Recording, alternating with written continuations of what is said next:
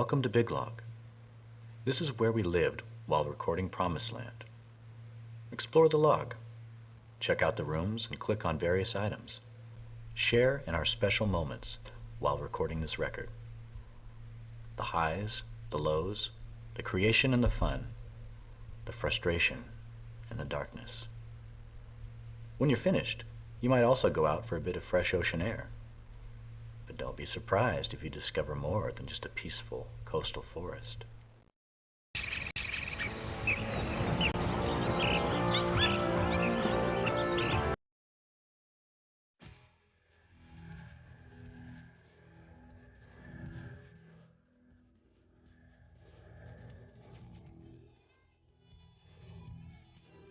This recording was a process in which we chose to get away from the normal.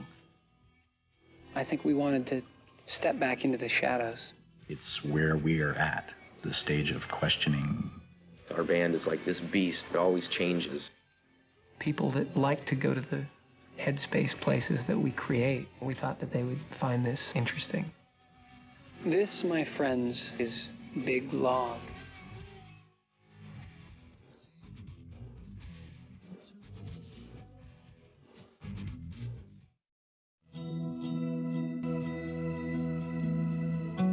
We are in the San Juan Islands, north of Seattle, where we're based from. And here's where we're going to be hanging out for the next few months, recording this new album. Wanted to get away. We wanted to get up into the woods and away from the same kind of environment that we have been working in. Visualization has played a big part in our records in the past, but this time we decided that we might take that visualization to the next step, which is the actual environment that we record in. The feel of being out in the wilderness in the cabin is much more organic. And once you relax, your subconscious kind of comes a little bit closer to the surface so that you can access it. The vibe of this record is going to be something that you just sort of wallow in. You know, you just put it on and it's a place that you go. You just sort of stay there. It's a step into a darker room. You know, Empire was sort of, there was a bulb still flickering in the room somewhere. And I think with this album, we sort of stepped in and there weren't any lights on. I think it's going to be a very large sounding record. It's going to have all different types of soundscapes, but it's going to have depth, but also a bigger drum sound than we ever had.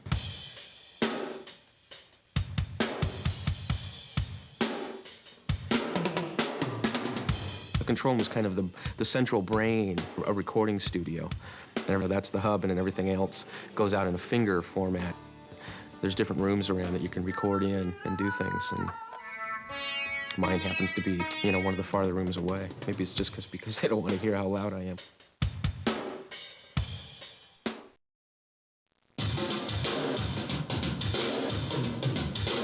Scott's a real creative force in this band. Especially on the last couple albums, he's really started to take off. He's set his mind that he's going to be a writer now, you know, and he's going to contribute not just rhythms, but, you know, musical chords and melodies and that kind of thing.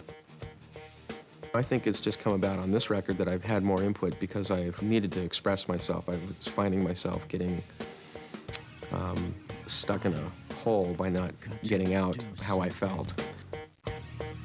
Me, Scott is way up there. He can get on the kit at any time and deliver the most frightening performances. Dude, wax. Thank God for first takes, huh? Where Jeff performs all his vocals from is in a cabin about 500 yards away from here. And he sleeps and lives and works in this cabin, which is, you know, perfect for him. I mean, the guy can get up in his underwear at 1 o'clock and feel like singing, and we can make it happen.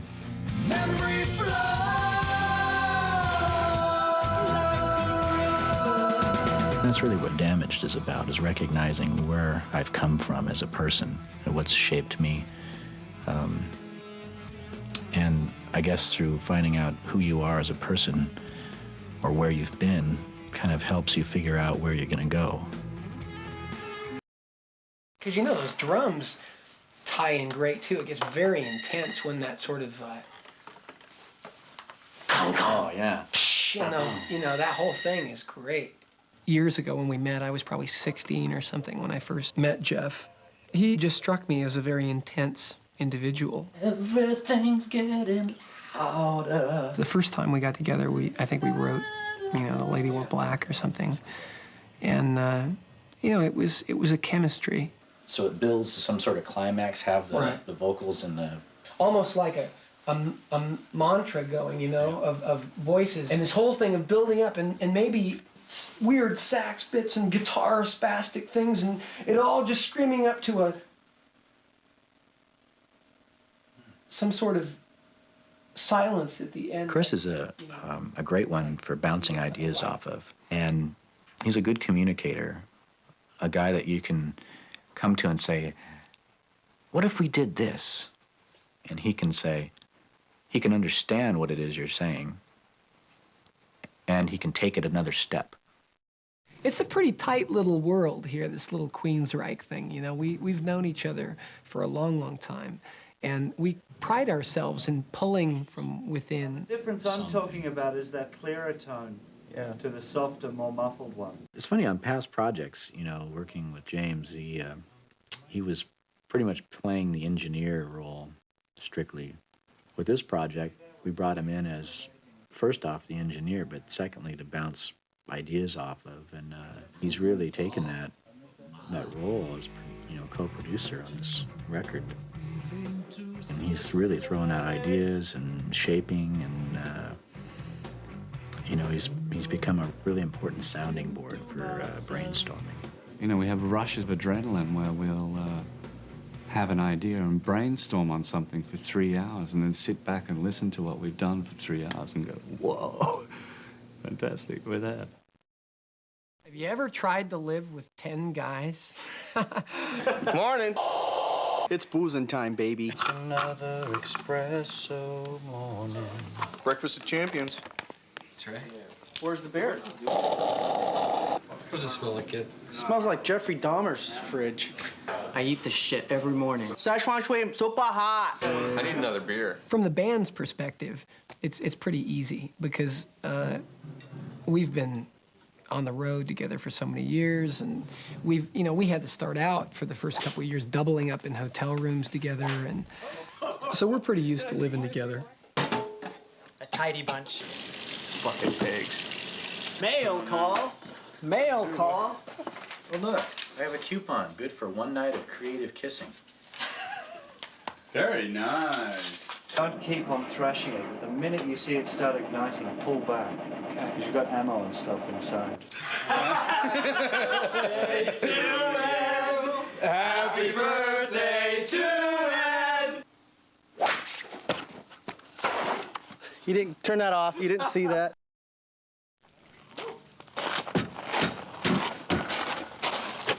Get up, you lousy bastard. Come on, we want to stick that bass through the box. Let's go. Ed bass, come on, up and at him. Let's rock it. You got 10 minutes. Mom?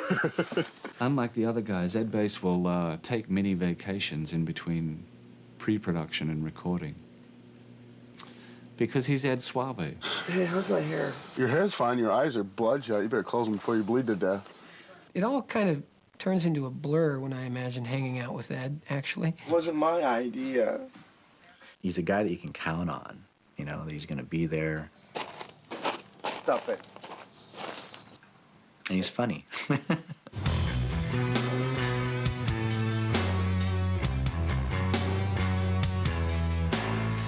He's got a great attitude on the bass. And he's got a style which is his own. I don't even know how to describe it. It's a very nice compliment to Scott. He's just got his own vision on things. He's got his own world, Ed World. It's a great place. You ought to go there sometime. I'm envisioning all the rest of the guitar stuff layered on top of it and what it's doing, you know? I'm only envisioning the bass because I think that's all that matters.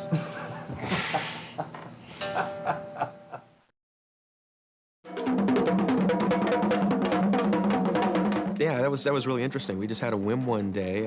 Actually, most of the guys in the band had gone home. It was a kind of an off weekend for us, and we went outside and just got some really weird things to make sound with. And just did things, you know, garbage cans turned upside down, and you know, barbecue lids, and wheelbarrows, and some drums, and some conga type things, some ethnic drums. And it was kind of a tribal thing that we came up with for it, and it's the outro stuff you hear on the song. And that's what you see. That's what it turned out to be. And it just sounded really good. You know, it's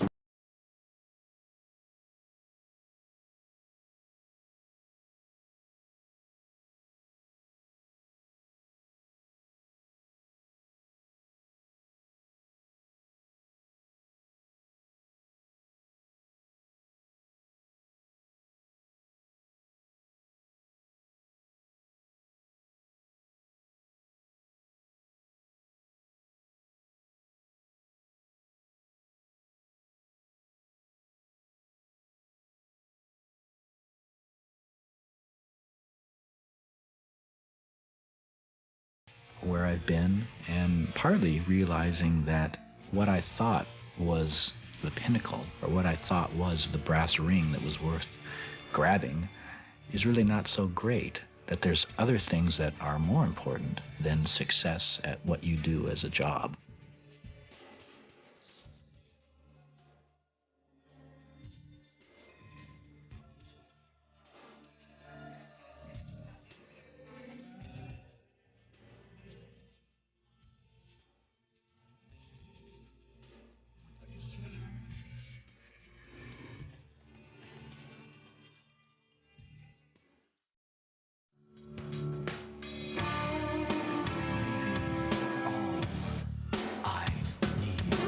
I wrote Disconnected as a piece. It's slightly different now as a Queensrÿche song. So one day I was playing Jeff a bunch of ideas, and that happened to be one of them, and I played it for him, and he was just totally enamored by it. He loved it, and felt the vibe for it, what I was trying to achieve. And I started thinking about nature and how perfect it is, and how humans come in and without really thinking about where we fit in, we sort of impose ourselves upon it. And that's what the song is about, the disconnectedness from nature, from ourselves, from each other that we are now.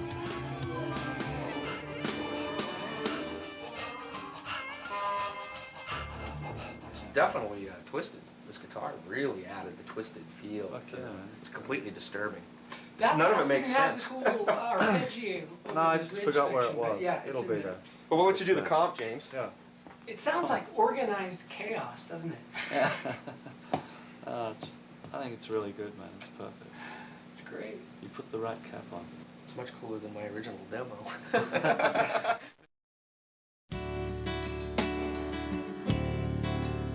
I guess it was when I was a kid. I used to live on the water down south of here.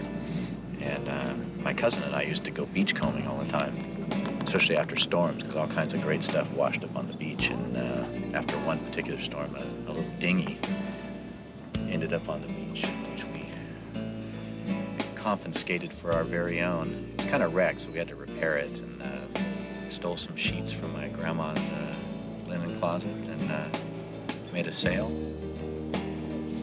Started sailing. I guess I was about 9 or 10.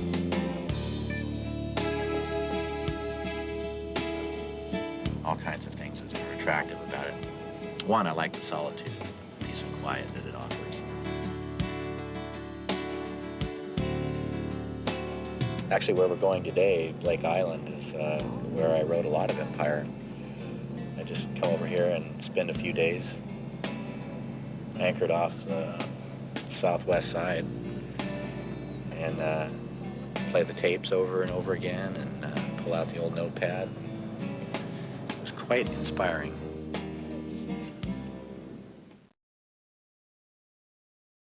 Because it takes 2 weeks to get an answer out here. I've always been a movie buff. The ones I enjoy the most are the ones that have, you know, something to say, and are maybe visually stunning or have a cool atmosphere on how they were filmed. And And the music, you know, I've always been intrigued by the music. I want to do it. I'd love to try to get into doing it, you know, on the side, and make maybe a career out of that also, of doing my own music for films.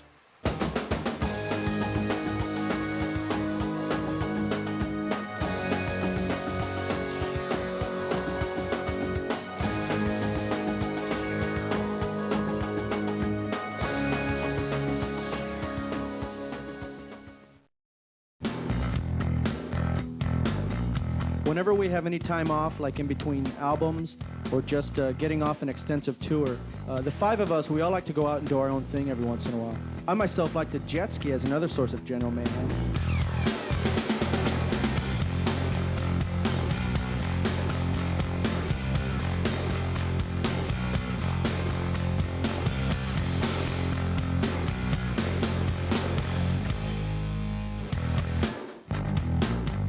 I've been jet skiing for about 6 years.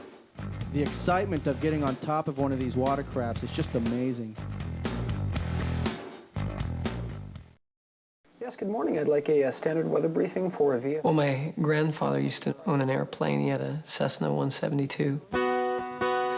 And it was his hobby, certainly, one of many, but something that I remember pretty vividly as a child. That was a wonderful memory, and I didn't really get to revisit that until somewhere, probably 5 years ago, after one of our tours. And I flew in the right seat of a plane down at Boeing Field, and it just connected with me. I knew that this is it. This is it for me. This is what I want to do outside of the band for inspiration, you know.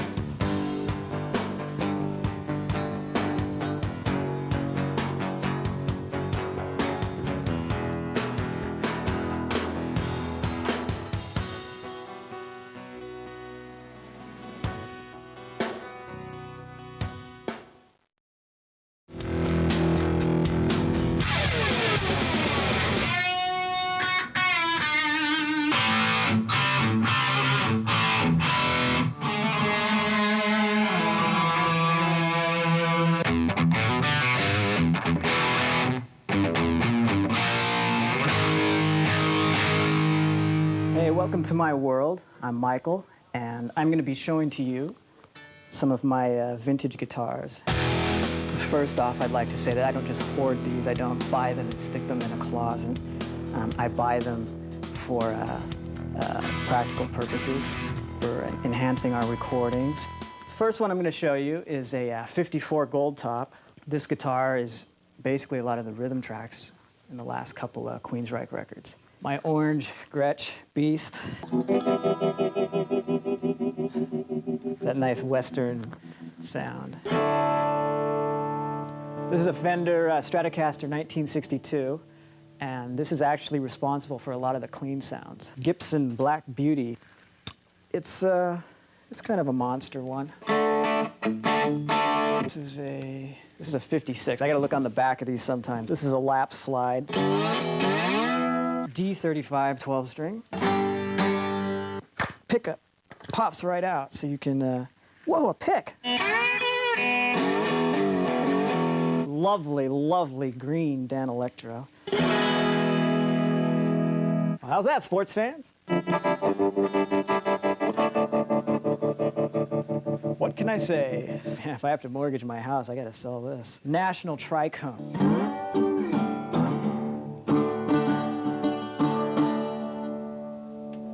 Kind of that garbage can with wires effect. Last but not least is the 6 string.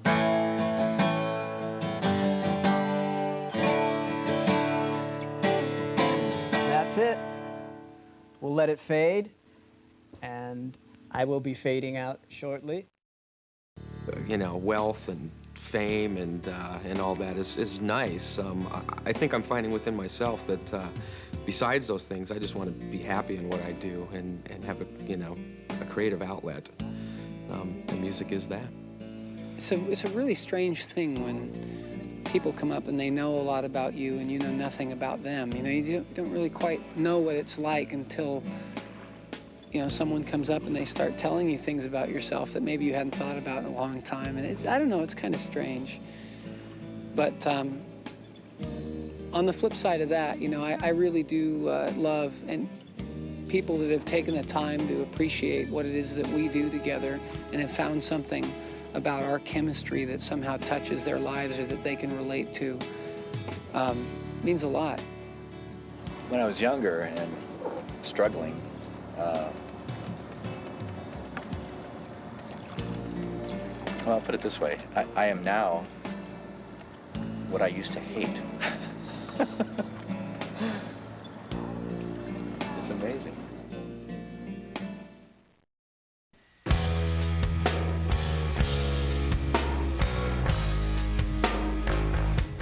I think we came together on a few tracks on this album,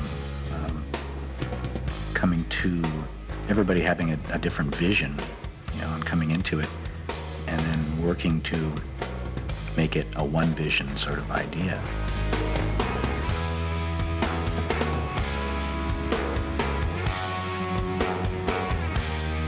We've managed to reach so many people.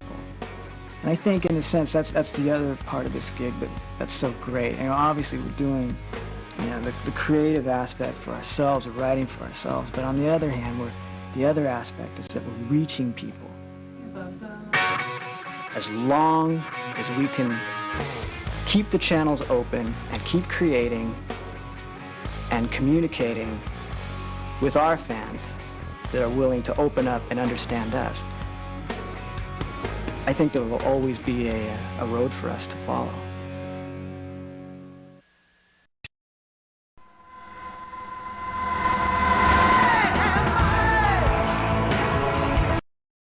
Because you know those drums tie in great too. It gets very intense when that sort of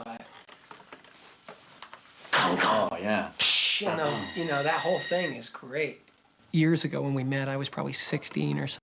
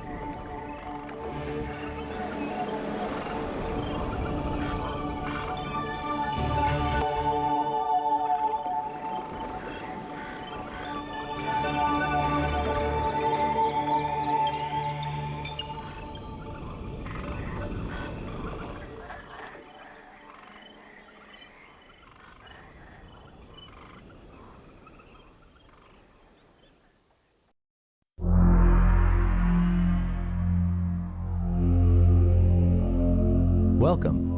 You are entering our promised land, a world of pristine beauty and surprise, born of dreams and nightmares. But beware as you fly, for each of the falling totems you observe must be recaptured if you are ever to achieve the complete experience of our world. Beware that as you enter each of the artist's worlds seeking totems, you will encounter potential natural disasters and other challenges which, if triggered, must be solved. For it is only in harmony that you may possibly complete your task. If and when you are able to find all totems, you may just have come closer to learning the secret of your own promised land.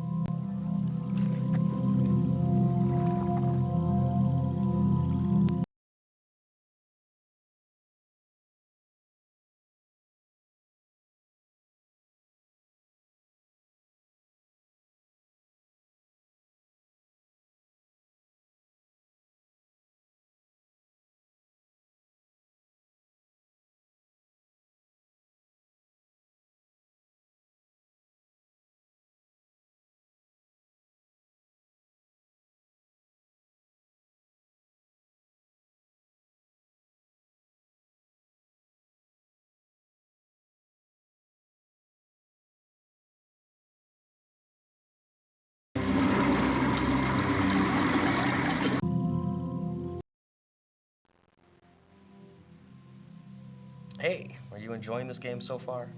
Well, we're definitely having a blast doing it. And imagine, once this was all but a dream, like all of our music. And you know, if you have a dream, all you have to do is go for it.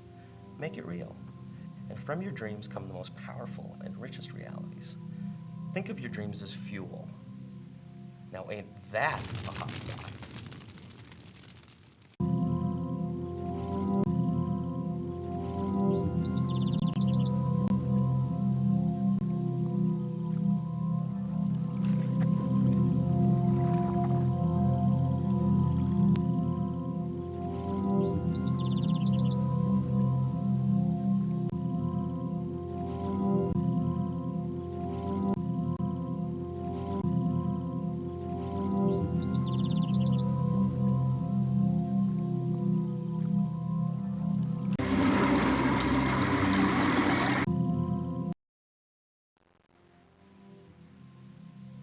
Hey, are you enjoying this game so far?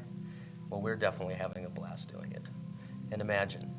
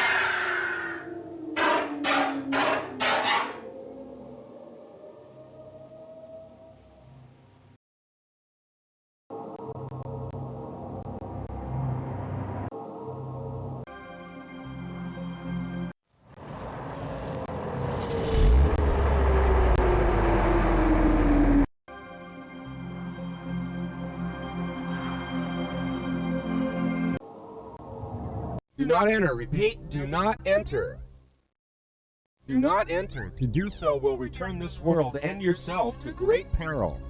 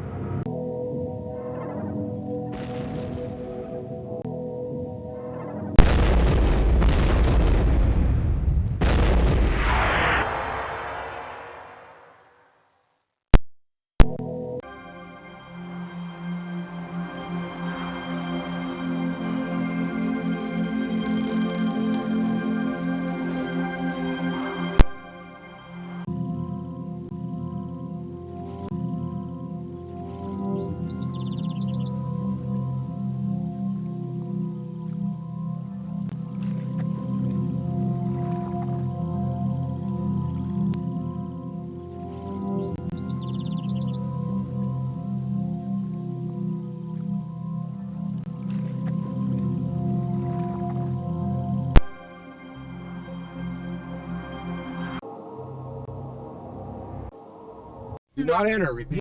Do not